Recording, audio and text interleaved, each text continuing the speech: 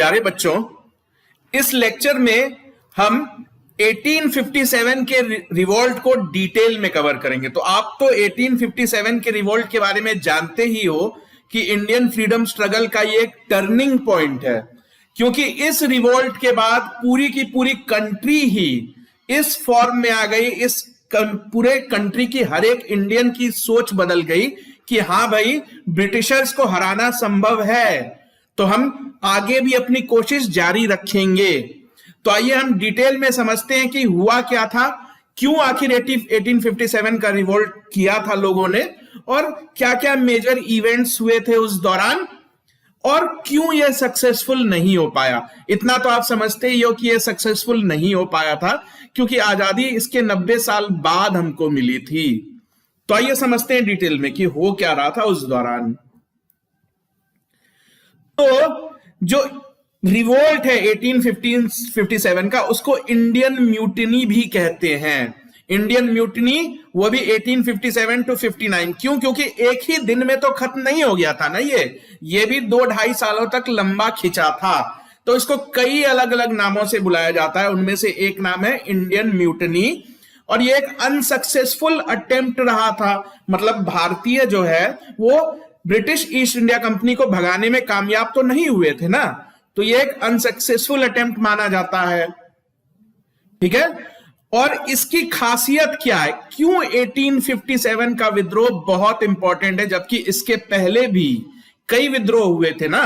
तो उन सबसे इसकी अहमियत ज्यादा क्यों है? क्योंकि ये ऑर्गेनाइज्ड तरीके में किया गया था, ये कोई लोकल इवेंट नहीं था। इसके पहले हमने एक वीडियो करी थी, उसमें हमने देखा था कि 1857 से पहले भी कई रिवोल्ट होते थे, लेकिन वो लोकल लेवल पे होते थे। एक रिवोल्ट उड़ीसा में हुआ तो उसका असर बंगाल में नहीं होगा। अगर कोई रिवोल्ट महाराष्ट्र में होता था तो उसका असर तमिलनाडु में नहीं होता था। लेकिन 1857 में सब कुछ ऑर्गेनाइज्ड था, भारत के अलग अलग हिस्सों में इसका असर देखा गया था। तो ये जो रिवोल्ट और विद्रोह था, इसकी शुरुआत सही मायनों में अगर पूछो तो सोल्जर्स ने की थी। वो इंडियन सोल्जर्स जो कि ब्रिटिश आर्मी में काम करते थे। देखो, ब्रिटिश लड़ाई लड़ते थे ना भारतीयों से, भारतीय राजाओं से, तो पूरी की पूरी आर्मी क्या ब्रिटिशर्स की बनी होती थी? नहीं। तो जैसे ब्रिटिशर्स की आर्मी थी, ऐसा माना जाता है कि 1857 की जब लड़ाई हो रही थी ना, तो ब्रिटिशर्स जो सही मायने में ब्रिटिश थे, अंग्रेजी खून जिसके अंदर था, 10,000 लोग ही थे।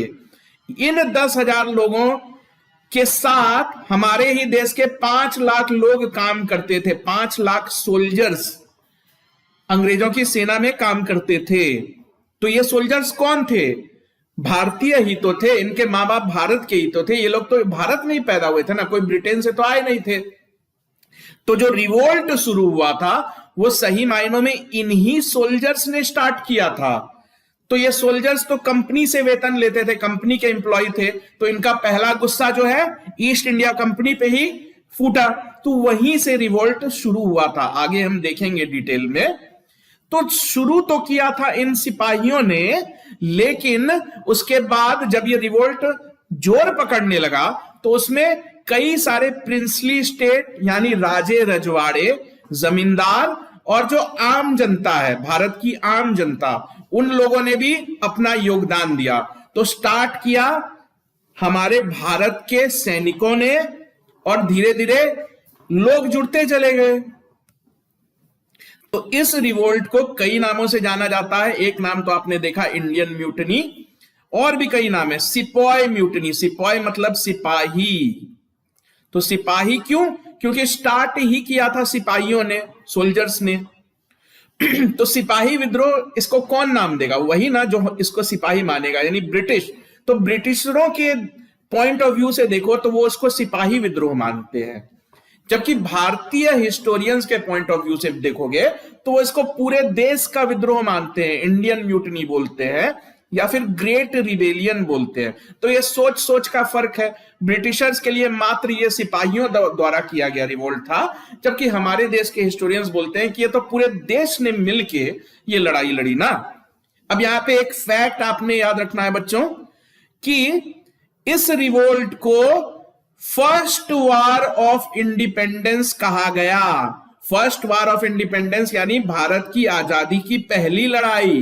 पहली लड़ाई क्यों? इसके पहले भी तो हुई थी लड़ाइयां, लेकिन वो भारत की नहीं थी, वो लोकल इश्यूज पे हुई थी। किसी को टैक्स नहीं देना था, कोई राजा हटा दिया गया था, तो लोकल लेवल पे होती थी। तो यहां भारत शब्द का प्रयोग किया गया है, फर्स्ट वार ऑफ इंडिपेंडेंस। तो ये नाम किसने दिया? तो नाम दिया था स्वतंत्रता सेनानी विनायक दामोदर सावरकर। तो ये हिंदू महासभा के बहुत बड़े नेता थे। तो आपको ये याद रखना है फैक्ट। तो ये जो रिवोल्ट हो गया 1857 का, 1857 का, तो इसके पीछे कुछ रीजंस तो होंगे ना। अंग्रेजों से तो सभी नाराज चल रहे थे, बट नाराजगी की वजह क्या है वो डिटेल में हम समझते हैं। तो यही कुछ वजह थी, कुछ पॉलिटिकल वजह थी, कुछ इकोनॉमिक, कुछ रिलीजियस मतलब धर्म से जुड़े मामले, ठीक है, कुछ मिलिट्री से जुड़े, कुछ बाहरी इंफ्लुएंस, एक्सटर्नल इंफ्लुएंस। तो इनको एक एक करके हम समझते हैं। तो इकोनॉमिक प्रॉब्लम क्या थी? यानी इकोनॉमिक, तुम्हारी इकोनॉमी चौपट हो गई, तुम्हें गरीब बना दिया गया, यही सारे कुछ इकोनॉमिक इश्यूज थे। तो देखते हैं एक एक करके। तो डिस्ट्रक्शन ऑफ एग्रीकल्चर, यानी कि पूरी की पूरी एग्रीकल्चर बर्बाद हो गई थी अंग्रेजों के पॉलिसीज की वजह से। क्यों? क्योंकि अंग्रेज जो है ना, किसानों से जरूरत से ज्यादा टैक्स ले लिया करते थे। तो अगर अंग्रेज इन पे दबाव बना के जरूरत से ज्यादा टैक्स ले रहे हैं, तो आप गरीब किसानों के बारे में सोचो। एक तो ऐसे ही उनके पास उतने पैसे नहीं होते, पहले उनसे टैक्स मांगने वाला कोई नहीं था। अब ये अंग्रेज आ गए, अंग्रेजों ने जमींदार को उनके सर पे बिठा दिया है। अब ये जमींदार इनसे टैक्स लेते हैं, तो अब ये टैक्स देंगे तो खाएंगे क्या? तो होता क्या था कि टैक्स देने के बाद इनके पास इतने पैसे भी नहीं बचे होते थे कि ये पैसा जो है वो आगे अपनी खेती बाड़ी में खर्च कर सके। अरे भाई, अगर आप खेती करोगे तो आपको खेती करने के लिए पैसे खर्च करने होते हैं ना। धान खरीदोगे, धान बोओगे, तभी तो चावल बनेगा।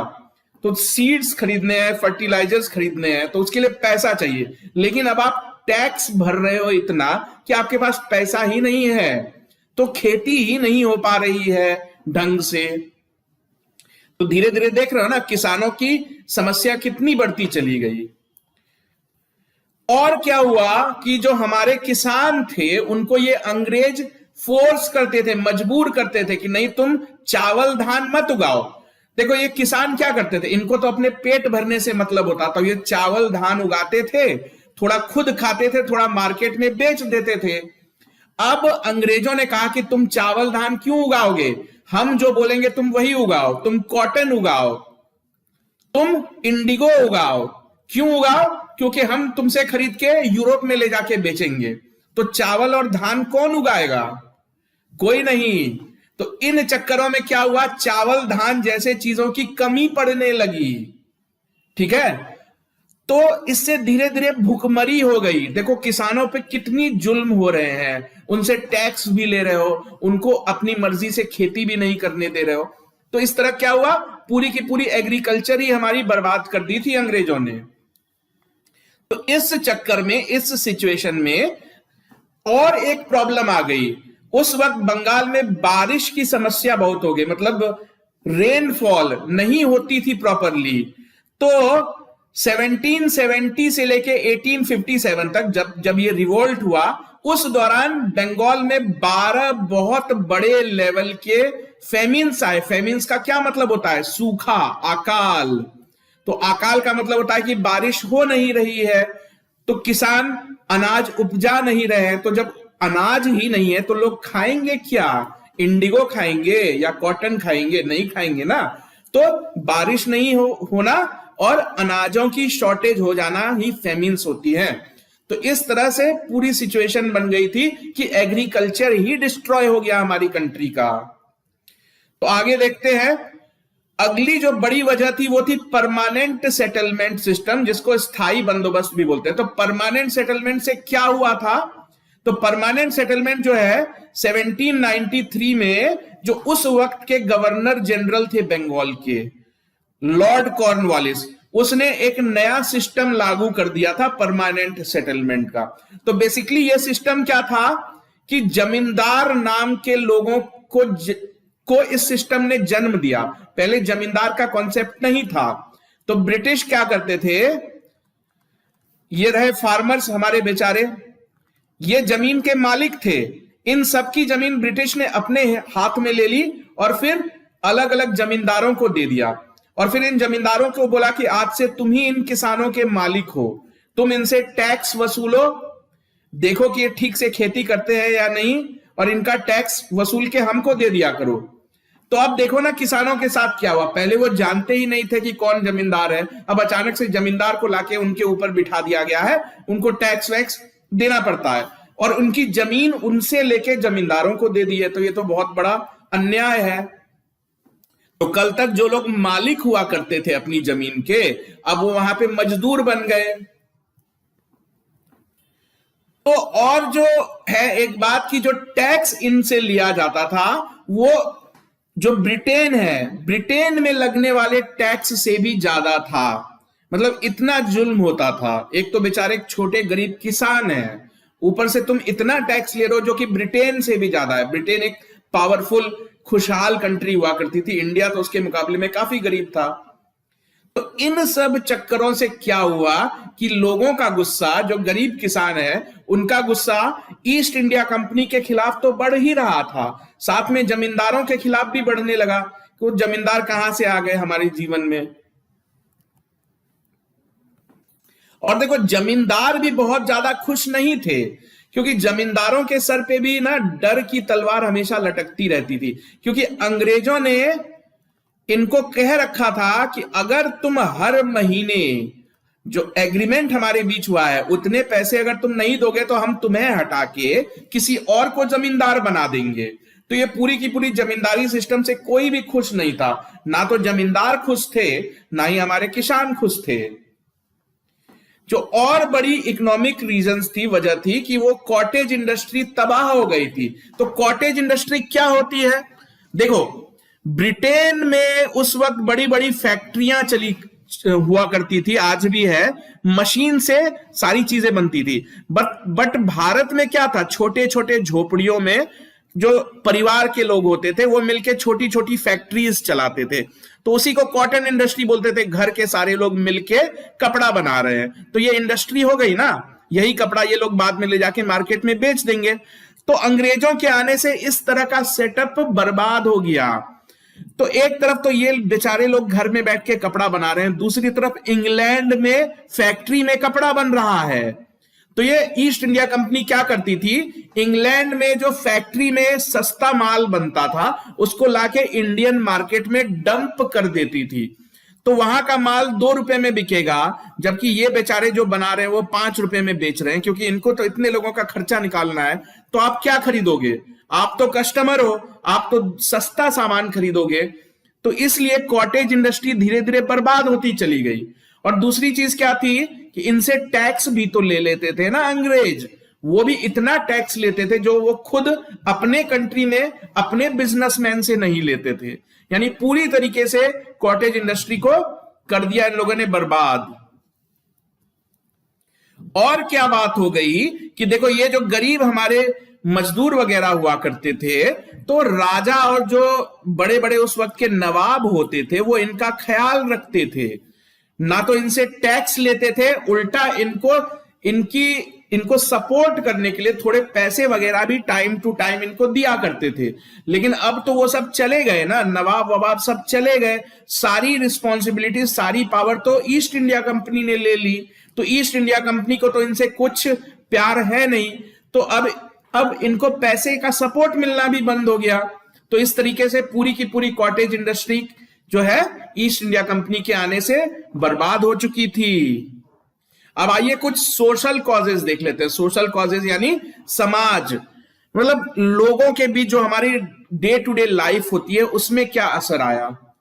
तो रेशियल डिस्क्रिमिनेशन यानी भेदभाव करते थे अंग्रेज। अंग्रेज जो है खुद को एक सुपीरियर रेस मानते थे, गोरी चमड़ी, और हमको काली चमड़ी वाले लोग बुलाते थे। तो ये लोग खुलेआम जो है ना जैसे कोई इंडियन उनके सामने जाता था तो उसको बोलते थे कि सर झुका के बात करो, बात बात में इंडियंस को गाली देते थे, ताना मारते थे, तो वो अपने आप को सुपीरियर मानते थे और इंडियंस को इंफीरियर मानते थे, और वो कहते थे कि हमने तुम्हें गुलाम बना के बिल्कुल सही किया है, क्योंकि तुम लोग असभ्य हो, तुम लोग अनसिविलाइज्ड हो, ठीक है, तो हम यहां पे तुम्हें सिविलाइज्ड करने आए हैं। और ये चीज जो है नॉर्मल लोगों तक ही सीमित नहीं थी, आर्मी में भी यही होता था। जो आर्मी में जो ब्रिटिश ऑफिसर्स होते थे ना, वो अपने जो सबॉर्डिनेट ऑफिसर्स होते थे वो तो इंडियन ही होते थे।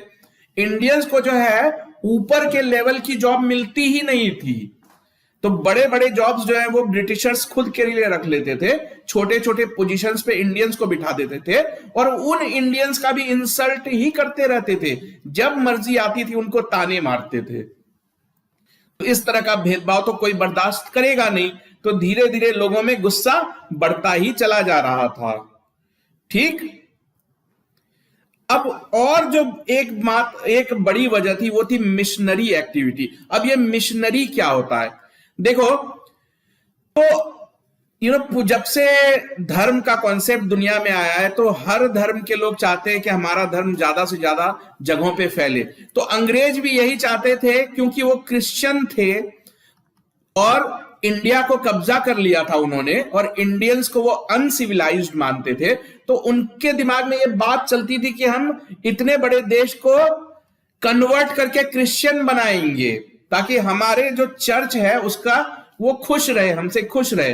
तो ये लोग क्या करते थे ना, ब्रिटेन से बड़े बड़े धर्मगुरु आते थे, क्रिश्चियन धर्मगुरु आते थे, और वो इंडियंस को कहते थे कि अरे तुम कौन सा धर्म फॉलो करते हो, तुम्हारा हिंदू धर्म, तुम्हारा इस्लाम धर्म, ये तो क्रिश्चियनिटी के सामने कुछ भी नहीं है।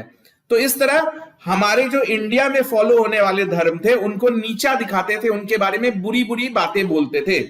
तो लोगों में डर बैठ गया था, ये अंग्रेज जो है हमको फोर्स करना चाहते हैं, वो चाहते हैं वो हम पे दबाव डालेंगे कि हम सब क्रिश्चियन बन जाए। यही चीज आर्मी में भी थी, यहां तक कि आर्मी वाले लोगों को भी लगता था कि अगर हमको प्रमोशन पाना है तो हमको क्रिश्चियन बनना होगा।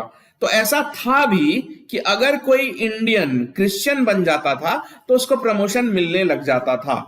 तो ये तो अच्छी बात नहीं है ना कि आप फायदा उठा रहे हो, आप किसी के धर्म का अपमान कर रहे हो। तो इन सब चीजों से भी लोगों का गुस्सा बढ़ता चला जा रहा था। और एक बड़ी वजह बनी कि अंग्रेज जो है वो कुछ रिफॉर्म्स लेके आए, ताकि इंडियन सोसाइटी में जो कुछ बुरी चीजें थी उनको हटाया जा सके। जैसे सती सिस्टम। अब सती सिस्टम क्या था कि अगर किसी का पति मर जाता था तो उस औरत को भी अपने पति के साथ ही जलना होता था। अब आप कुछ लोग बोलेंगे कि ये क्या बकवास है, तो मैं आपको समझा देता हूं कि ये क्या बकवास है।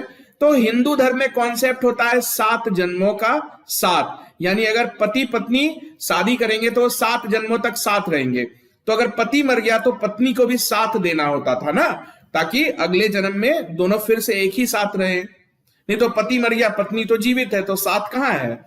तो इसी कॉन्सेप्ट पे बना था सती सिस्टम। पर ये अच्छी बात तो नहीं है ना कि तुम किसी को जीते जी जला दोगे।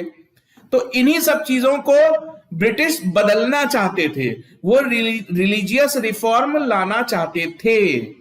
ठीक है, तो दिक्कत उनको ना सिर्फ हिंदू धर्म से थी बल्कि मुस्लिम धर्म में भी थी। हर धर्म में कुछ ना कुछ बुराइयां होती ही है। तो ब्रिटिशर्स चाहते थे कि सती प्रथा या चाइल्ड मैरिज उस वक्त 6-6, 7-7 साल के बच्चों की शादी करा दी जाती थी। और वो ये भी चाहते थे कि विडो रीमैरिज भी शुरू हो, यानी अगर कोई औरत विधवा हो गई है तो उसको दोबारा शादी करने की परमिशन मिले। तो हिंदू कल्चर के मुताबिक अगर कोई औरत विधवा हो गई, या तो उसको जल जाना है, जल के मर जाओ, या फिर जीवन भर शादी नहीं कर सकते। तो ये सब चीजें अच्छी तो नहीं मानी जाएंगी ना। तो इनको चेंज करना चाहते थे ब्रिटिशर्स, वो कुछ लॉज लाते थे। तो इन लॉ को जो है ना इंडियंस ने अपने धर्म पे हमला माना। उनको लगने लगा कि अरे ये लोग ब्रिटेन से आके हमारी धार्मिक भावनाओं को ऐसे चेंज करना चाहते हैं क्या। तो यही सारी चीजें जो है ना धीरे धीरे गुस्से में बदलने लगी। अब आपको एक चीज याद रखनी है बच्चों क्योंकि हमने सती प्रथा की बात की, तो आप प्लीज ये नोट कर लो कि सती प्रथा को बैन कर दिया गया था। बैन करने वाला कौन था? तो विलियम बेंटिक नाम था उसका, वो गवर्नर जनरल था पूरे इंडिया का, गवर्नर जनरल ऑफ इंडिया था ये, बंगाल नहीं। तो इसने पूरे इंडिया में इसको बैन कर दिया था। कब? 1839 में। तो ये फैक्ट आपको याद रखना है। सती प्रथा को बैन किसने किया, कई बार पूछा जा चुका है। तो आइए अब कुछ पॉलिटिकल कॉजेस देख लेते हैं, यानी कुछ राजनीतिक, पॉलिटिक्स क्या थी जिसकी वजह से रिवोल्ट हो गया। तो सब्सिडियरी अलायंस नाम का एक कॉन्सेप्ट था या एक पॉलिसी थी जो लॉर्ड वेल्जले लेके आया था। तो ये पॉलिसी क्या थी? तो इस पॉलिसी के अराउंड ये कहा जाता था कि राजाओं से कहा जाता था कि आप हमसे एक ट्रीटी साइन कर लो। ब्रिटिश बोलते थे राजाओं से कि आप हमसे ट्रीटी साइन कर लो, तो आप अपनी आर्मी को खत्म कर दो, बदले में हम अपनी आर्मी आपके किंगडम में रखेंगे, तो हमारी आर्मी आपको प्रोटेक्ट करेगी, बदले में आप उसका खर्चा उठाया करो, यानी आपको खुद की आर्मी रखने की जरूरत नहीं है। तो इसका मतलब क्या है? प्रैक्टिकली देखा जाए तो तुमने अपनी इंडिपेंडेंस ब्रिटिश को दे दी, तुम्हारी तो आर्मी है नहीं ना, तो कोई तुम पे अटैक करेगा तो तुम्हें हमेशा ब्रिटिश के सपोर्ट में रहना होगा। तो यही था सब्सिडियरी अलायंस। और कोई ये नहीं था कि खुशी खुशी लोग सब्सिडियरी अलायंस साइन करते थे, उनको मजबूर कर रहे थे ब्रिटिशर्स, लड़ाइयां भी लड़ते थे, कभी कभी राजाओं को मार भी देते थे। तो आपको एक फैक्ट याद रखना है कि सबसे पहले सब्सिडियरी अलायंस एक्सेप्ट करने वाला जो राज्य था वो था हैदराबाद। ठीक है, ये फैक्ट आप याद रखोगे। हैदराबाद ने 1798 में ही इसको एक्सेप्ट कर लिया। अवध को जो है ना काफी डरा धमका के, लॉर्ड वेल्जले ने डराया धमकाया कि हम अटैक कर देंगे, हम राजा को मार देंगे, इस तरह काफी धमकी देके अवध को भी सब्सिडियरी अलायंस एक्सेप्ट करने पे मजबूर किया। अब प्रॉब्लम क्या है? अवध के पास बहुत बड़ी आर्मी थी। सब्सिडियरी अलायंस क्या कहता है कि आप अपनी आर्मी को खत्म कर दो, तो जो लोग आर्मी में काम करते थे वो जाएंगे कहां? उनको तो बस बंदूक चलानी आती है, उनको तो लड़ाई लड़नी आती है। अब अवध की आर्मी अगर हटा दोगे तो ये लोग तो गुस्से से भर ही जाएंगे, और इनको लड़ाई करनी भी आती है, तो ये सीधा जाके लड़ाई में ही शामिल हो जाएंगे ना। तो अवध ने के साथ जब हुआ तो ये भी एक बहुत बड़ी वजह बन गई, क्योंकि अवध की जो आर्मी थी उन्होंने बाद में, जो आर्मी के लोग हटाए गए थे, उन्होंने बाद में 1857 में हिस्सा प्ले किया, अपना योगदान दिया था। अब जो एक बहुत बड़ी वजह मानी जाती है रिवोल्ट की, वो है डलहौजी का शासनकाल। तो डलहौजी गवर्नर जनरल था इंडिया का। एक गवर्नर जनरल ज्यादा से ज्यादा 5-6 साल के लिए इंडिया में अपॉइंट किए जाते थे। ईस्ट इंडिया कंपनी ही अपॉइंट करती थी इन लोगों को। तो गवर्नर जनरल डलहौजी इंडिया में रहा 1848 से लेके 1856 तक। रिवोल्ट हुआ है 1857 में, यानी रिवोल्ट होने के ठीक पहले ये गवर्नर जनरल रह के गया था। तो ये क्या करता था? इसकी पॉलिसी थी कि हम ब्रिटिश एम्पायर को ज्यादा से ज्यादा बढ़ा दें। तो इसने एक नई पॉलिसी लाई। उस पॉलिसी का मकसद होता था कि हम कुछ ना कुछ ऐसे नियम लाएं कि छोटे छोटे किंगडम्स को खुद में मिला ले, उनको अनेक्स कर ले। तो एक पॉलिसी ये लेके आया था, उसका नाम था डॉक्ट्राइन ऑफ लैप्स या व्यपगत का सिद्धांत। तो इसके मुताबिक अगर कोई राजा मर जाता है और उसका खुद का कोई बेटा नहीं है और उसने किसी को गोद ले रखा है, तो गोद लिए हुए बेटे को राजा का सक्सेसर नहीं माना जाएगा। सीधी सी बात है, राजा मर गया तो भले ही उसने किसी को गोद ले लिया हो, तो अंग्रेज अब उस गोद लिए हुए बेटे को राजा नहीं मानेंगे, ना ही उसको कोई पेंशन वेंशन देंगे। इसका मतलब है वो अंग्रेज कहेंगे कि देखो तुम्हारा राजा मर गया और कोई राजा अब तो है नहीं, तो तुम अपना किंगडम हमको दे दो। तो यही था डॉक्ट्राइन ऑफ लैप्स। तो इस चार्ट को आप ध्यान से देखो। तो डॉक्ट्राइन ऑफ लैप्स के जरिए इन बड़े बड़े किंगडम्स को अंग्रेजों ने हथिया लिया। सबसे पहले सतारा को हथिया लिया अंग्रेजों ने, ठीक है। फिर आप ये चार्ट देख रहे हो ना, कितने बड़े बड़े किंगडम्स, नागपुर, झांसी। झांसी के बारे में तो आपको पता ही होगा कि झांसी की रानी ने कितना बड़ा रोल प्ले किया था 1857 के रिवोल्ट में। तो वजह यही थी डलहौजी की इस तरह की पॉलिसीज। तो अब जो है छोटे छोटे जो किंगडम्स थे उनके दिल में ये डर बैठ गया कि हमारे साथ भी ऐसा ही होगा, ठीक है, ये हमारी किंगडम भी कुछ ना कुछ बहाना बना के ये छीन ही लेगा। तो झांसी की जब एनेक्सेशन की बारी आए तो बहुत बड़ी प्रॉब्लम खड़ी हो गई। क्या हुआ था झांसी में देख लो। तो झांसी का जो राजा थे गंगाधर राव नेवलकर, तो उनकी डेथ हो गई, लेकिन उनका कोई बेटा नहीं था। तो उनकी वाइफ थी लक्ष्मीबाई, रानी लक्ष्मीबाई वाइफ थी गंगाधर राव की। तो रानी लक्ष्मीबाई ने एक बेटे को गोद ले लिया, अपना ही उनका एक रिलेटिव था। तो दामोदर राव नाम के एक बच्चे को गोद ले लिया। गोद क्या सोच के लिया कि इसी बच्चे को मैं अगला राजा बना दूंगी, मेरा पति तो मर गया। इसके पति को अंग्रेजों ने वादा किया था कि आपके मरने के बाद हम रानी को गद्दी पे बैठने देंगे। वैसे तो गद्दी पे कोई राजा ही बैठता है ना, मेल ही बैठता है ना, मेल। फीमेल को तो उस वक्त ट्रेडिशन के अकॉर्डिंग नहीं बनती थी जनरली, लेकिन अंग्रेजों ने वादा किया था गंगाधर को कि आप अगर कुछ हो जाता है आपको तो आपकी वाइफ को हम बना देंगे, राजा बोलो रानी बोलो जो भी बोलो, लेकिन गद्दी उसी को देंगे। तो रानी ने सोचा कि मैं क्या बनूंगी, ये लोग क्या मेरे को बनाएंगे। तो उसने एक बेटे को गोद लिया। लेकिन अब डॉक्ट्राइन ऑफ लैप्स है, अंग्रेज तो इस गोद लिए हुए बेटे को एक्सेप्ट नहीं करेंगे ना। तो अंग्रेजों ने मना कर दिया कि दामोदर राव को हम नहीं पहचानते, ये कौन सा राजा है, हम नहीं मानते इसको राजा। तो ये एक्सक्यूज देके अंग्रेजों ने झांसी को एनेक्स कर लिया 1854 में। और जो रानी लक्ष्मीबाई थी उसको कहा कि आज से झांसी आपकी नहीं है, मेरी है, मतलब अंग्रेजों की है। आप झांसी के महल से निकल जाओ, आपको जहां जाना है चले जाओ, आप रानी नहीं हो, ना ही आपका बेटा राजा है। तभी रानी लक्ष्मीबाई ने वो फेमस लाइन कही थी कि मैं अपनी झांसी नहीं दूंगी, इसीलिए कही थी, मैं अपनी झांसी नहीं दूंगी, भले ही अपने प्राण दे दूंगी। जान दे दी ना आखिर इन्होंने। तो इसी तरह की कॉन्फ्लिक्ट अंग्रेजों की एक और जगह पे हुई, कानपुर में। तो कानपुर के राजा थे नाना साहिब। तो कौन थे नाना साहिब? तो नाना साहिब एक मराठा राजा थे। तो मराठाओं का जो सबसे बड़ा लीडर होता था वो होता था पेशवा। तो पेशवा एक तरह से देखो तो प्राइम मिनिस्टर हुआ करता था पूरे मराठाओं का। देश में जितने भी मराठा थे सबका एक ही प्राइम मिनिस्टर होता था, उसको पेशवा कहते थे। तो इस पेशवा, उस वक्त पेशवा थे बाजीराव टू, ठीक है ना। तो उनका खुद का कोई बेटा नहीं था। तो उन्होंने मरने से पहले नाना साहिब नाम के बच्चे को गोद लिया था। नाना साहिब उनका ही रिलेटिव था, उसको वो गोद ले लिया उन्होंने। क्या सोच के गोद लिया कि मेरे बाद मेरा ये बेटा, गोद लिया बेटा, पेशवा बन जाएगा।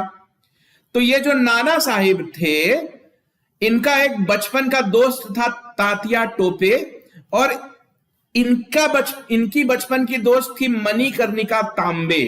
इसी मणिकर्णिका तांबे की शादी जब झांसी के राजा से हो गई तो इनका नाम बदल के रानी लक्ष्मीबाई हो गया। तो ये तीन लोग एक दूसरे को बचपन से जानते थे, नाना साहिब, रानी लक्ष्मीबाई और तात्या टोपे। तो ये जो तात्या टोपे थे बाद में नाना साहिब के सेनापति बन गए, ठीक है ना। तो जब पेशवा की डेथ हो गई तो नाना साहिब ने बोला अंग्रेजों को कि मुझे पेशवा बनाओ। तो अंग्रेजों ने कहा कि तुमको पेशवा नहीं बनाएंगे, तुम एडॉप्टेड हो, और साथ ही साथ पेंशन देनी भी बंद कर दी, क्योंकि पेंशन मिलती थी। बाजीराव के साथ अंग्रेजों की संधि हुई थी, उस संधि के अकॉर्डिंग हर महीने पेंशन मिलती थी इनको, तो वो पेंशन भी बंद कर दी, ठीक। तो इससे तो हो गई ना प्रॉब्लम। तो अब नाना साहिब भी भड़क गए, गुस्से में भर गए। इन्होंने सोचा कि अब मैं भी अंग्रेजों से लड़ाई लड़ूंगा। अब ये कुछ मिलिट्री कॉजेज समझ लेते हैं। तो मिलिट्री, जो इंडियन मिलिट्री थी, वो तो इंडियन थी नहीं एक्चुअली, वो तो ब्रिटिश चला रहे थे ना, भले ही उसको इंडियन आर्मी कहा जाता था। तो उसमें जो काम करने वाले इंडियंस होते थे उनको प्रमोशन ही नहीं मिलती थी ऊपर के रैंकों पे। यानी अगर आप भारतीय हो, इंडियन हो, तो आप सूबेदार के रैंक के ऊपर बढ़ ही नहीं सकते हो। तो इस चीज से जो है सिपाही जो है काफी नाराज रहते थे कि हम कितनी भी मेहनत कर लें, कितनी भी लॉयल्टी दिखा लें, हमको तो सूबेदार के ऊपर कुछ बनाएंगे नहीं ये लोग। दूसरी चीज क्या थी कि जो ब्रिटिश ऑफिसर्स थे ना आर्मी के, वो गालियां वालियां दिया करते थे, रेशियल डिस्क्रिमिनेशन किया करते थे, मतलब नीची नजरों से देखते थे जो हमारे इंडियन ओरिजिन के सोल्जर्स हुआ करते थे। और एक बड़ी वजह क्या थी कि जो अपर कास्ट हिंदू थे उनमें एक ये बिलीफ था, उनका ये मानना था कि अगर आप समुद्र की यात्रा करोगे, अगर आप समुद्र की यात्रा करते हो तो आपका धर्म नष्ट हो जाता है। तो अंग्रेजों ने तो काफी जगह पे कब्जा कर रखा था, इंडोनेशिया, मलेशिया। तो ये क्या करते थे, ये भारतीय सैनिकों को लड़ने के लिए वहां भी भेजते थे। तो लड़ने के लिए जहाजों में ही जाना होगा। तो लेकिन अपर कास्ट हिंदूज का मानना था कि हम समुद्री यात्रा नहीं कर सकते। तो इससे भी ये लोग जो है ब्रिटिश ऑफिसर्स दबाव डालते थे कि अगर तुम समुद्री यात्रा नहीं करोगे तो हम तुमको जेल में डाल देंगे। तो ये सारी चीजें भी गुस्से की वजह बन गई।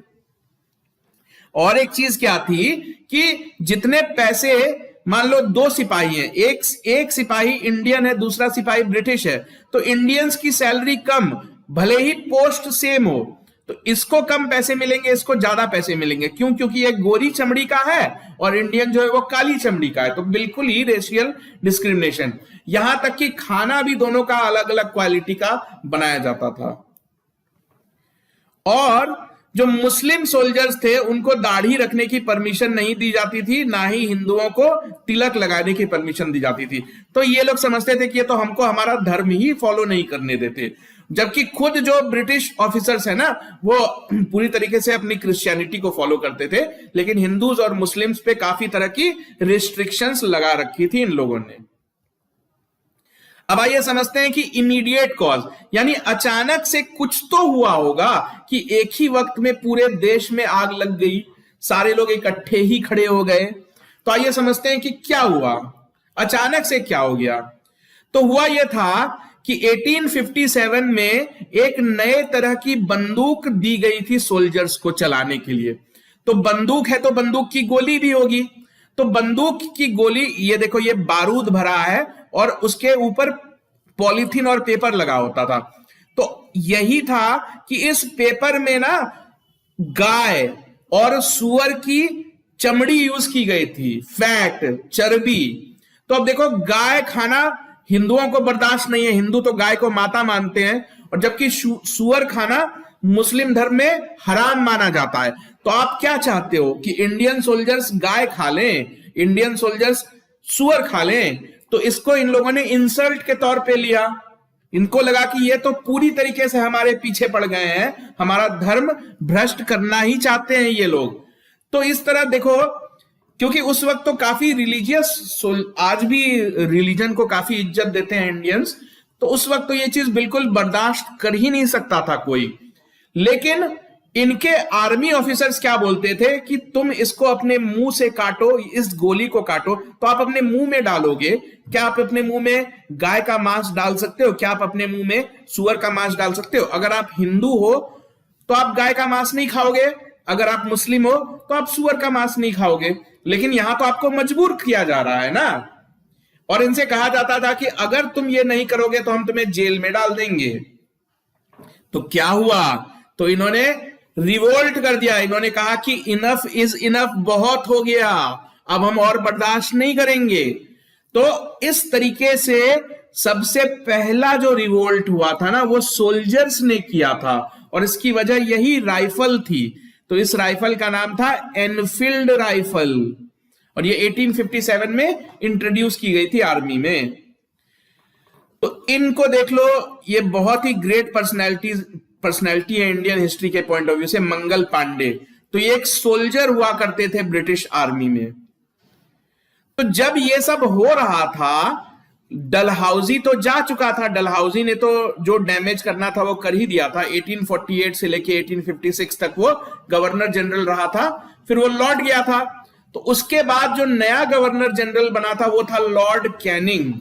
तो लॉर्ड कैनिंग ने इन चीजों को समझा, उसने कोशिश करी लोगों को समझाने की, लोगों को शांत करने की। उसने कई बयान भी दिए कि नहीं, आप जैसा सोच रहे हो वैसा नहीं है, इन राइफल्स में ना सुअर की चमड़ी यूज हो रही है ना गाय की।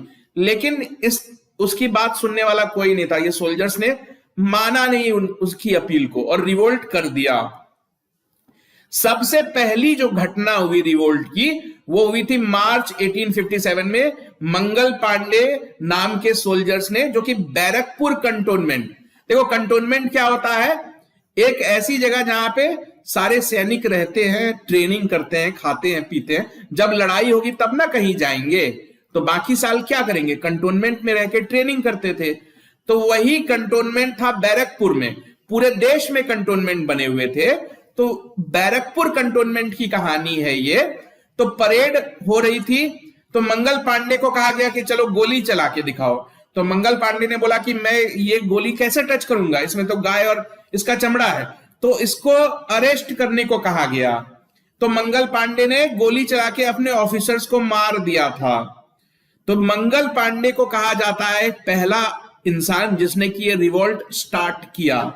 तो आप ये याद रखोगे की फैक्ट, सबसे पहले रिवोल्ट किसने स्टार्ट किया, मंगल पांडे ने। कौन था मंगल पांडे, एक सोल्जर था जो कि बैरकपुर कंटोनमेंट में रहता था। तो मंगल पांडे को अरेस्ट कर लिया गया और 8 अप्रैल को फांसी दे दी गई। ठीक है ना। तो फांसी देने के बाद यही खबर और जगह पे फैल गई। तो सारे सोल्जर्स तो एक दूसरे को भाई मानते हैं ना, सभी तो इंडियन ही हैं। तो उनको ये बात बहुत इंसल्टिंग लगी कि तुम फांसी दे दोगे क्या इतनी सी बात के लिए, तुम हमें मजबूर कर रहे हो अपना धर्म भ्रष्ट करने को, और अगर हम मना करेंगे तो तुम फांसी दे दोगे। तो ये चीज सोल्जर्स को बिल्कुल अच्छी नहीं लगी। तो ये शुरू तो हुआ बैरकपुर से, लेकिन बहुत जल्द ये मेरठ पहुंच गया। ये खबर मेरठ पहुंच गई। तो 9 मई को मेरठ में 85 सोल्जर्स ने यही काम किया। उन्होंने भी मना कर दिया कि हम ये राइफल नहीं छुएंगे। तो अंग्रेजों ने बोला कि तुम क्यों नहीं, कैसे हमारे ऑर्डर को मना कर सकते हो, अगर तुम राइफल को टच नहीं करोगे, हमारी बात नहीं मानोगे, तो हम तुम्हें जेल में डाल देंगे। तो इन 85 सोल्जर्स को अरेस्ट कर लिया गया, उनको जेल में डाल दिया गया और उनको कहा गया कि तुम 10 साल तक जेल में बंद रहोगे। सोचो गलती किसकी, ब्रिटिशर्स की। और जेल में कौन जा रहा है, इंडियन सोल्जर्स जा रहे हैं। तो मेरठ तक बात पहुंच गई और मेरठ में 80-90 सोल्जर्स को जेल में डाल दिया गया। तो क्या हुआ कि कुछ ही दिनों में जो मेरठ के सिपाही हैं, जैसा कि हमने देख लिया कि 9 मई को मेरठ के सिपाहियों ने भी विद्रोह कर दिया, रिवोल्ट कर दिया। 90 सिपाहियों को जेल में डाल दिया था अंग्रेजों ने। लेकिन अगले ही दिन मेरठ में मामला बिगड़ गया।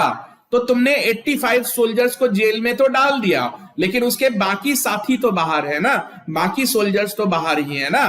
तो जो उनके बाकी साथी बाहर थे, उन्होंने सोचा कि बहुत हो गई हमारी इंसल्ट, अब हम नहीं करने वाले बर्दाश्त। तो उन लोगों ने क्या किया, जेल पे अटैक किया, बहुत सारे ब्रिटिश ऑफिसर्स को मार दिया, उनकी बंदूकें छीन ली, सब कुछ छीन लिया और अपने साथियों को छुड़ा लिया। जो उनके फेलो इंडियन सोल्जर्स थे उनको छुड़ा के जेल से हटा दिया, क्योंकि उनको तो 10 साल के लिए जेल में डाल दिया था ना अंग्रेजों ने। तो अब देख रहे हो ना, मामला बिगड़ गया। बैरकपुर से शुरू हुआ था मामला और मेरठ पहुंच गया। तो मेरठ में इतना सब कुछ बवाल होने के बाद जो मेरठ के कंटोनमेंट के जो सोल्जर्स थे, देखो मेरठ दिल्ली के बहुत नजदीक है। मेरठ और दिल्ली में मेरा ख्याल है कि हार्डली 100 भी नहीं कह सकता मैं, शायद 60-70 किलोमीटर का डिस्टेंस होगा। तो मेरठ से इन लोगों ने डिसाइड कर लिया कि अब हम दिल्ली चलते हैं। क्यों? क्योंकि दिल्ली तो पावर सेंटर है ना। कैपिटल भले ही कैलकाटा था, इंडिया का कैपिटल कैलकाटा था, लेकिन दिल्ली का भी तो कुछ इंपॉर्टेंस है ना। वहां पे मुगल पैलेस है, मुगल राजा रहते हैं वहां। तो मुगल को तो इंडियंस रेस्पेक्ट करते थे ना, अपना राजा मानते थे ना। तो ये मेरठ के सोल्जर्स इन्होंने डिसाइड किया कि अब हमको दिल्ली पहुंचना चाहिए। तो पूरी रात 10 तारीख की पूरी रात ये लोग अपने घोड़ों पे पैदल वैदल चल के मेरठ से दिल्ली पहुंच गए।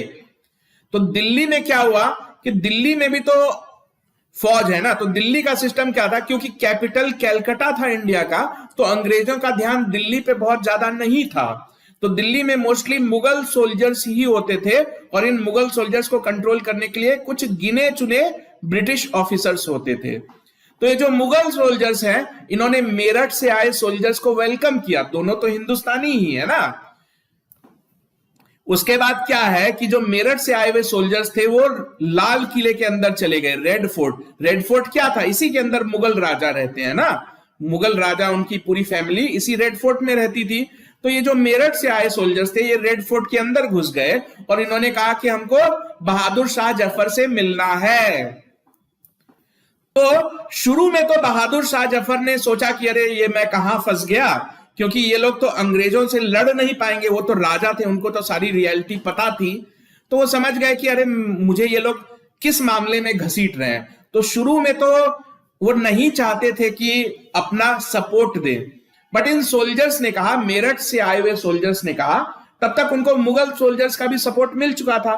तो इन लोगों ने बहादुर शाह जफर को कहा कि आप बस आशीर्वाद दो हमें, हम सारे अंग्रेजों को भगा देंगे और आपको रियल असली में राजा बना देंगे। आप तो सिर्फ नाम के एम्परर हो ना, हम आपको असली में बनाएंगे कि एम्परर होता क्या है।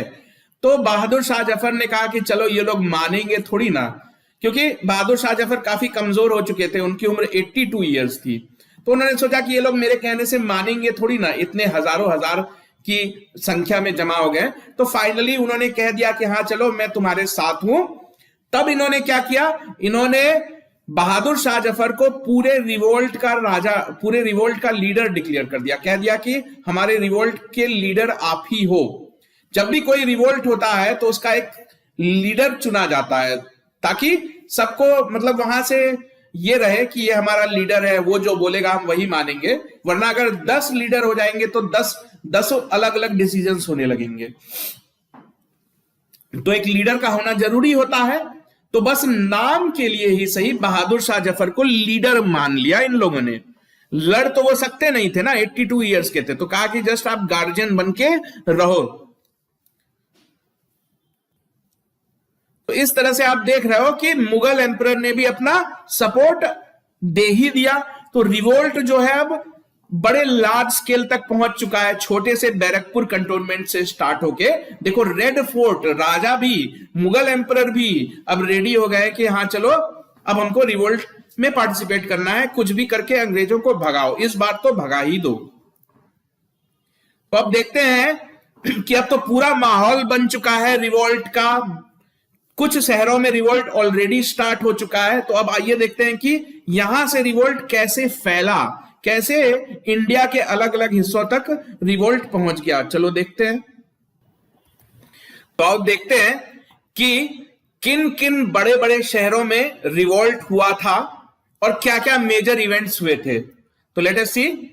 तो सबसे पहले रिवोल्ट के जो भी लीडर्स हैं वो दिल्ली में जमा हो चुके हैं। तो मेरठ, बैरकपुर, इन सब जगहों से लोग अब दिल्ली में जमा है। तो आइए सबसे पहले देखते हैं कि दिल्ली में क्या हुआ। तो जो दिल्ली में जो एम्परर थे, मुगल एम्परर, उनको तो पूरे रिवोल्ट का लीडर डिक्लेयर कर दिया गया, बट उनकी उम्र क्या थी, 82 ईयर्स। तो वो लड़ तो सकते नहीं है ना।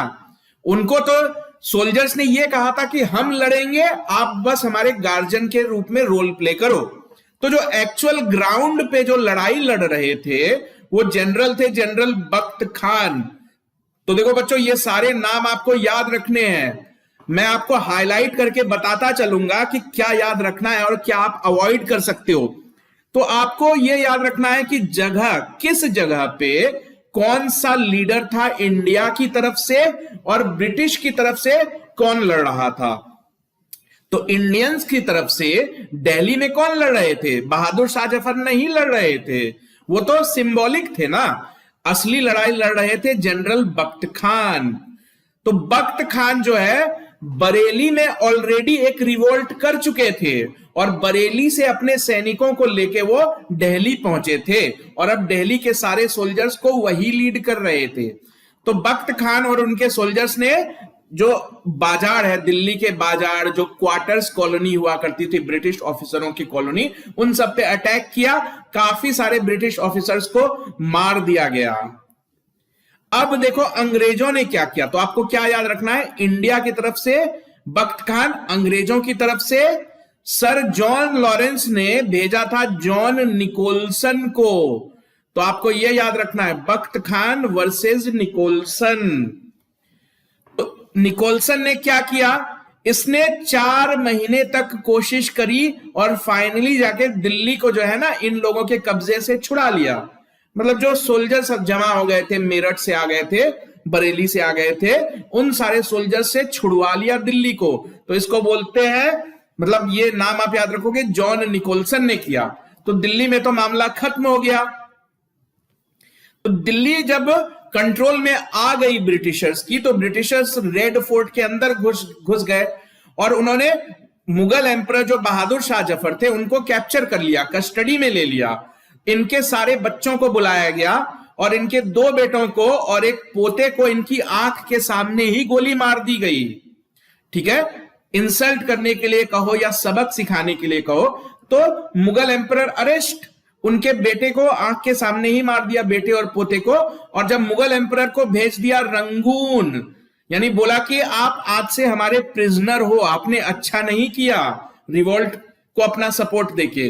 तो कहा, तो ये मुगल एम्परर थे इंडिया के, पूरे इंडिया के। अब देखो इनको जेल में पूरी जिंदगी बितानी पड़ेगी, बची हुई जिंदगी। तो रंगून भेज दिया गया। अब ये रंगून की क्या कहानी है, तो रंगून जो है उस वक्त आज हम म्यांमार नाम की कंट्री जानते हैं जो हमारे पड़ोस में है, उस वक्त म्यांमार को बर्मा कहा जाता था, बर्मा। तो बर्मा भी इंडिया की तरह ब्रिटिश के ही कंट्रोल में था। तो बर्मा का कैपिटल था रंगून।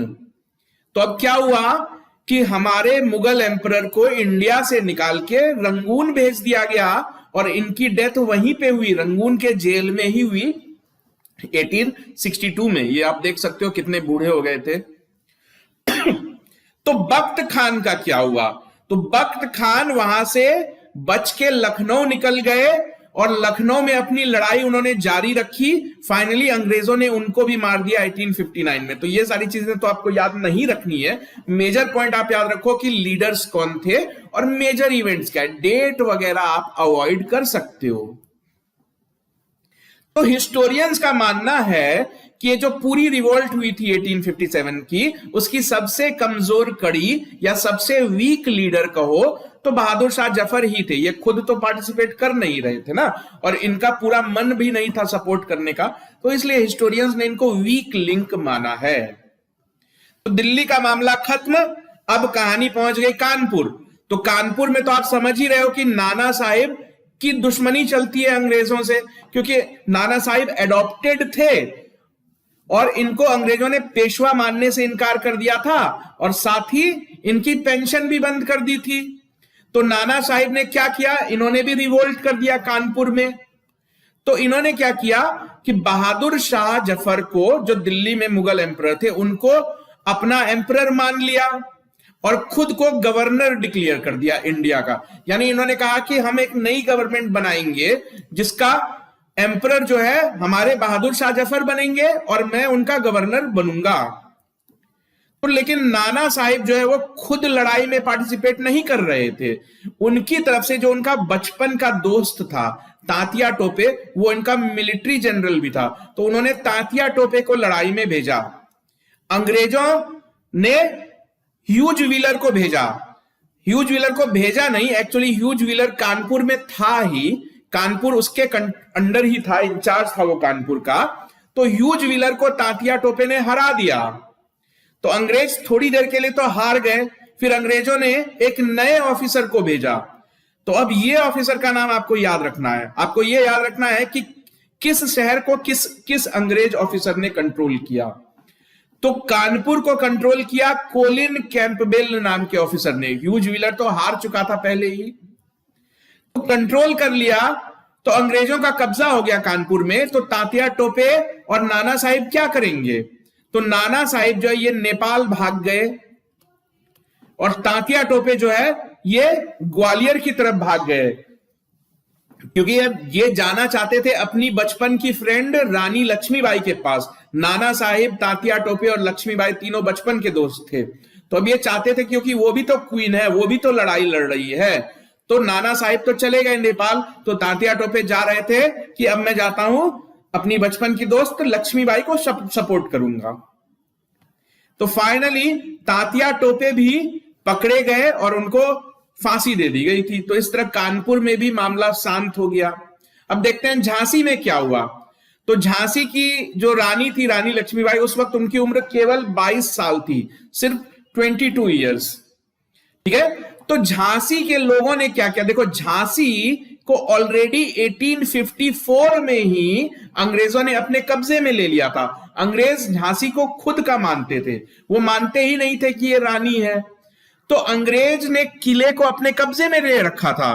तो झांसी के लोगों ने क्या किया, झांसी के लोगों ने बोला कि अपनी रानी को बोला कि हम आपके साथ हैं, हम देखते हैं ये अंग्रेज कैसे यहां पे बने रहते हैं। तो उन लोगों ने मिलके झांसी के किले पे अटैक किया और वहां पे 40 ब्रिटिश ऑफिसर्स को मार दिया।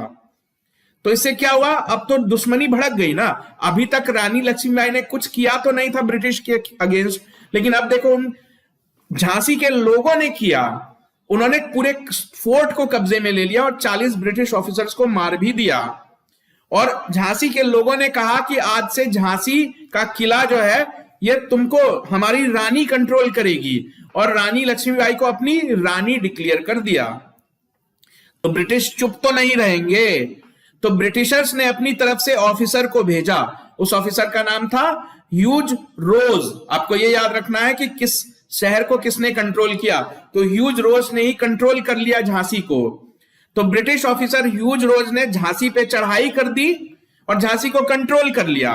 तो जब झांसी ब्रिटिशर्स के हाथ चली गई तो हमारी रानी लक्ष्मीबाई वहां से झांसी से बच निकली। उनको लगा कि अगर मैं यहां रहूंगी तो मैं लड़ाई को जारी नहीं रख पाऊंगी, मुझे ये लोग कैप्चर कर लेंगे, जबकि मुझे आगे भी लड़ना है। तो वो वहां से निकल के ग्वालियर की तरफ बढ़ने लगी।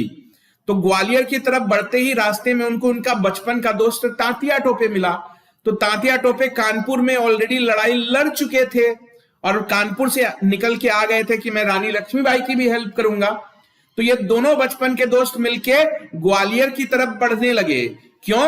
क्योंकि ग्वालियर भी मराठा के अंडर ही था ना। ग्वालियर का किला जो था वो सिंधिया फैमिली के पास था। तो सिंधिया फैमिली भी तो मराठा फैमिली ही थी ना। तो इनको लगा कि वो लोग हमारी मदद करेंगे, बट उन लोगों ने मदद करने से मना कर दिया, क्योंकि ये लोग खुद ही ब्रिटिश के प्रेशर में थे। तो ग्वालियर को थोड़ी देर के लिए तात्या टोपे और रानी लक्ष्मीबाई ने कंट्रोल कर लिया था, ठीक। लेकिन अंग्रेज जो ह्यूज रोज है वो वहां भी पहुंच गया और फाइनली एक लड़ाई हुई जिसमें जो ब्रेव रानी है, रानी ऑफ झांसी लक्ष्मीबाई, उनको मार दिया अंग्रेजों ने 1858 के जून में। तो इस तरह झांसी में भी मामला शांत हो गया और ग्वालियर को जो है फाइनली ब्रिटिश ने अपने कंट्रोल में ले लिया। जो नेक्स्ट बड़ा सेंटर है, हमने देखा कि दिल्ली में हुआ बहुत बड़े लेवल का रिवॉल्ट, कानपुर में हुआ, झांसी में हुआ, उससे भी थोड़ा बहुत ज्यादा बड़े लेवल का रिवॉल्ट हुआ था आरा बिहार में है। तो आरा बिहार में हुआ क्या था, तो आरा एक डिस्ट्रिक्ट है आज की डेट में। तो आरा में एक जगह है जगदीशपुर। उस वक्त जगदीशपुर जो है एक किंगडम हुआ करती थी छोटी सी, और उस किंगडम के राजा थे कुंवर सिंह।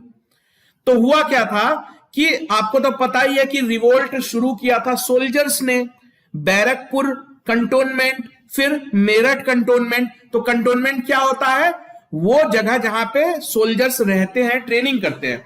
तो ऐसी ही एक कंटोनमेंट थी दानापुर नाम के जगह पे। तो दानापुर आज भी है। तो दानापुर पटना के बहुत पास की जगह है, हार्डली 20 किलोमीटर्स। तो दानापुर कंटोनमेंट के सोल्जर्स ने भी रिवोल्ट कर दिया और उन्होंने मैसेज भेजा कुंवर सिंह को, क्योंकि आप एक राजा हो तो आप हमको अपनी आर्मी मान लो, आप हमारे गार्जियन बन जाओ। जैसे बहादुर शाह जफर थे वैसे ही आप हमारे गार्जियन बन जाओ। तो दानापुर कंटोनमेंट के 10,000 सोल्जर्स कुंवर सिंह को मिल गए। और कुंवर सिंह भी 80 साल के थे, मगर वो बहादुर शाह जफर की तरह नहीं थे। इन्होंने खुद से पर्सनली लड़ाई में भाग लिया। तो कुंवर सिंह ने अपने 10,000 सोल्जर्स के साथ मिलके आरा डिस्ट्रिक्ट को कब्जे में ले लिया। आरा मतलब डिस्ट्रिक्ट है तो ब्रिटिश के पास होनी चाहिए ना, लेकिन अब इसका कंट्रोल कुंवर सिंह ने ले लिया और पूरे 2 महीने तक आरा को अपने कंट्रोल में रखा। तो अंग्रेज चुप तो बैठेंगे नहीं, तो अब अंग्रेजों ने क्या किया उन्होंने अपने ऑफिसर मेजर विंसेंट आयर को भेजा। तो एक तरफ कुंवर सिंह, दूसरे तरफ विंसेंट आयर। तो विंसेंट आयर ने आरा को लड़के वापस ले लिया। 2 महीने तक ही आरा बाबू कुंवर सिंह के कंट्रोल में रहा था। तो एक तो आरा है और एक है जगदीशपुर। तो जगदीशपुर तो बाबू कुंवर सिंह वहां के राजा ही थे और आरा को उन्होंने अभी अभी कैप्चर किया था। लेकिन विंसेंट आयर ने क्या किया, आरा पे तो कैप्चर किया ही किया, साथ में जगदीशपुर को भी कैप्चर कर लिया। तो अगर जगदीशपुर को कैप्चर कर लिया तो कुंवर सिंह को जगदीशपुर छोड़ के जाना पड़ा। तो कुंवर सिंह जगदीशपुर छोड़ के बाहर चले गए, लेकिन उन्होंने सरेंडर नहीं किया। उन्होंने बोला कि मैं लड़ाई कंटिन्यू करूंगा। तो कुंवर सिंह ने अगले कुछ महीनों तक गुरिल्ला वॉरफेयर यानी छुप छुप के हमला करने की पॉलिसी जारी रखी। तो एक बार क्या है कि कुंवर सिंह जो है गंगा नदी क्रॉस करके जा रहे थे, तभी उनके हाथ में गोली लग गई अंग्रेजों की। तो अगर किसी के हाथ में गोली लग जाती है तो डॉक्टर्स क्या करते हैं, गोली निकाल देते हैं। क्यों निकाल देते हैं? क्योंकि अगर गोली रह गई तो पॉइजन फैल जाएगा पूरे शरीर में। तो इनके पास उतना टाइम था नहीं कि ये किसी डॉक्टर के पास चले जाए। ये तो लड़ाई लड़ रहे थे, तो इन्होंने अपना हाथ ही काट के अलग कर दिया। जिस हाथ जहां पे गोली लगी थी उसको काट के अलग करके गंगा नदी में मतलब समझो कि गंगा नदी को समर्पित कर दिया। तो इतने ब्रेव थे ये। तो उसके बाद क्या हुआ कि कुंवर सिंह की जो अपनी किंगडम थी जगदीशपुर की, वो तो ऑलरेडी आयरकूट ने कैप्चर कर ली और अब ये तो भागे भागे फिर रहे हैं ना। तो कुंवर सिंह ने आजमगढ़ को कैप्चर कर लिया। आजमगढ़ जो कि आज उत्तर प्रदेश में है, और बाद में अपने किंगडम को वापस भी ले लिया, जगदीशपुर को भी कैप्चर कर लिया। तो सबसे सक्सेसफुल अगर कोई हुआ तो ये बाबू कुंवर सिंह ही सबसे ज्यादा सक्सेसफुल लीडर साबित हुए 1857 के। इन्होंने कई लड़ाइयां जीती। देखो, आरा को कैप्चर कर लिया था, फिर आजमगढ़ को भी कैप्चर कर लिया, फिर अपने होम टाउन को भी छुड़वा लिया। ठीक, लेकिन फाइनली हुआ वही जो ब्रिटिश थे, उसने फिर एक नए ऑफिसर को भेजा, कैप्टन ली ग्रैंड को, कि जाओ फिर से जगदीशपुर को कैप्चर करो। तो अब ली ग्रैंड और कुंवर सिंह में लड़ाई हो गई।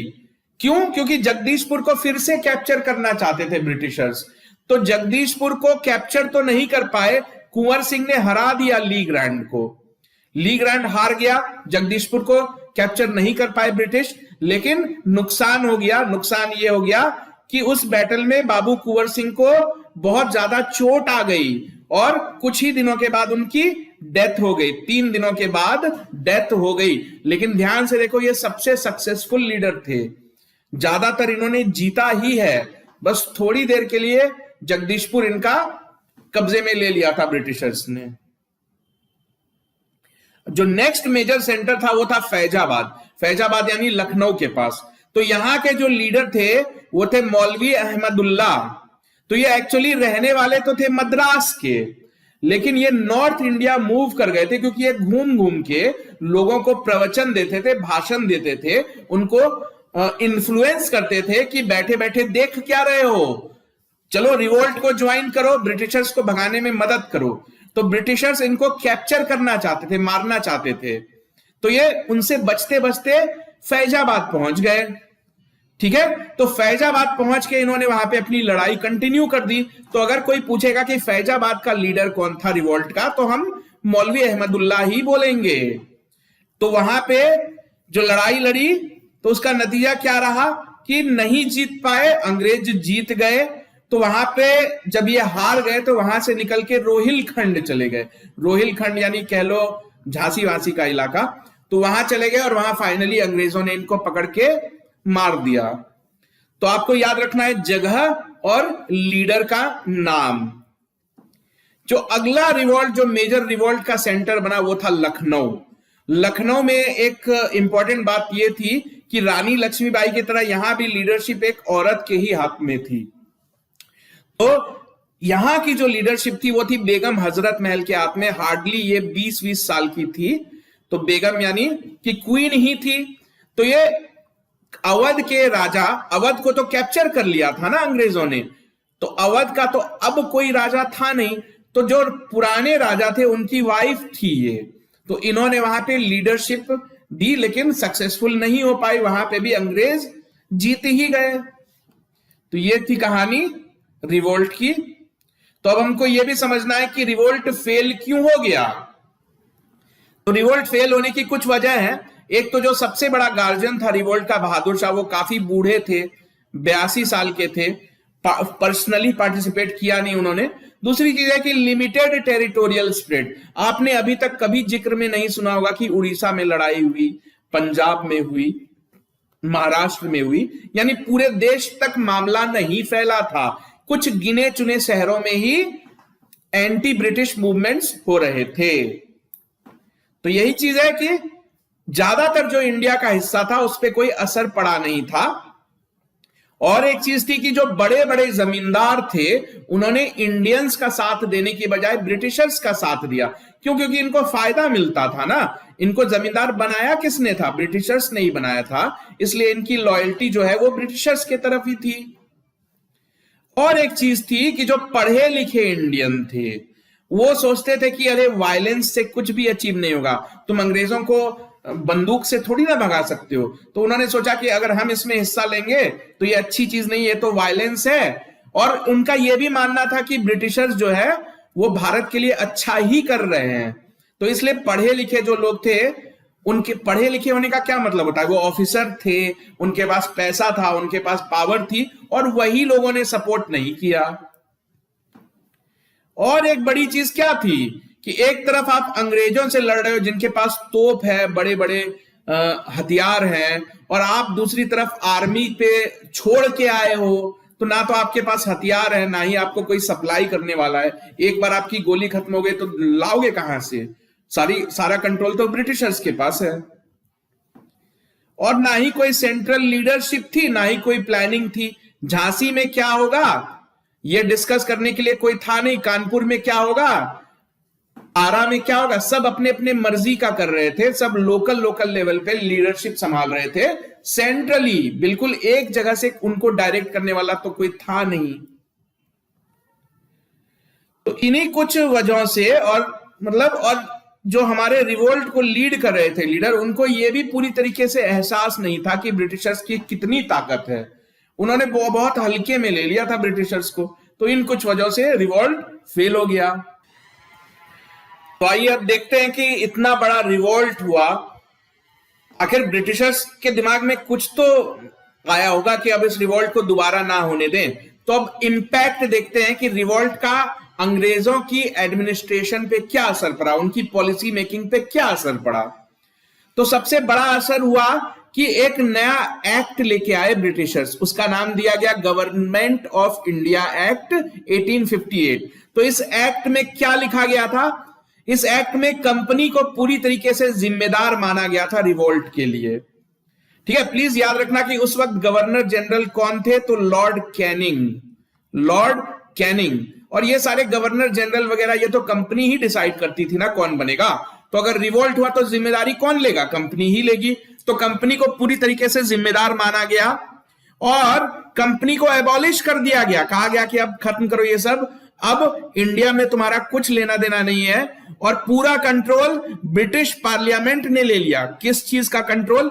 इंडियन टेरिटरीज का कंट्रोल, जहां पे अंग्रेजों ने कब्जा कर रखा था।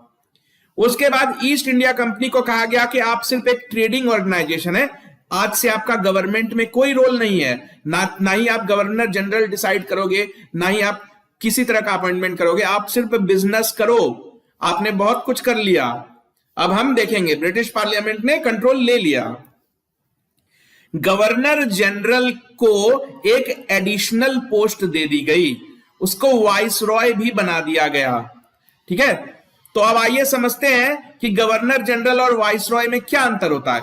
तो ये गवर्नर जनरल का सिस्टम तो कंपनी ने चालू किया था ना, तो कंपनी तो सिर्फ इंडिया में काम करती थी, तो गवर्नर जनरल की जो इन्फ्लुएंस है या अथॉरिटी है वो इंडिया के लेवल पे ही थी, जबकि ये सारी चीजें कंट्रोल होती थी ब्रिटेन से। ठीक, तो आप ध्यान से सोचो, तो अगर कोई इंडिया के लेवल पे अथॉरिटी रखता है तो उसको हम गवर्नर जनरल बोलेंगे, लेकिन अब तो ब्रिटिशर्स ने कंट्रोल में ले लिया है ना, ब्रिटिश पार्लियामेंट ने अपने कंट्रोल में ले लिया ना, तो अब तो ब्रिटिश पार्लियामेंट जिसको अपॉइंट करेगी उसकी अथॉरिटी तो ब्रिटेन और इंडिया दोनों में चलेगी ना। तो ब्रिटेन में अथॉरिटी चलने का मतलब वो वहां पे डिस्कस कर सकता है, वो वहां के पार्लियामेंट में बैठ के लोगों से डिस्कस करके लॉ बना सकता है। तो गवर्नर जनरल की अथॉरिटी सिर्फ इंडिया की बाउंड्री तक, जबकि वाइस रॉय जो है वो क्वीन का रिप्रेजेंटेटिव माना जाएगा, गवर्नर जनरल कंपनी का रिप्रेजेंटेटिव माना जाएगा, जबकि वाइस रॉय को जो है ब्रिटिश पार्लियामेंट अपॉइंट करेगी। दोनों एक ही इंसान है, लेकिन कॉन्सेप्ट में तो फर्क है ना। जब आप गवर्नर जनरल कहोगे तो ऐसा नजर आएगा कि आप ईस्ट इंडिया कंपनी की तरफ से काम कर रहे हो, जब आप वाइसरॉय बोलोगे खुद को तो लगेगा कि नहीं, ये तो ब्रिटिश क्वीन से परमिशन लेके आए, ब्रिटिश पार्लियामेंट ने इसको अपॉइंट किया है। तो यही टेक्निकल कुछ चीजें यहां पे चेंज की गई थी ताकि दोबारा जो है रिवोल्ट ना हो सके।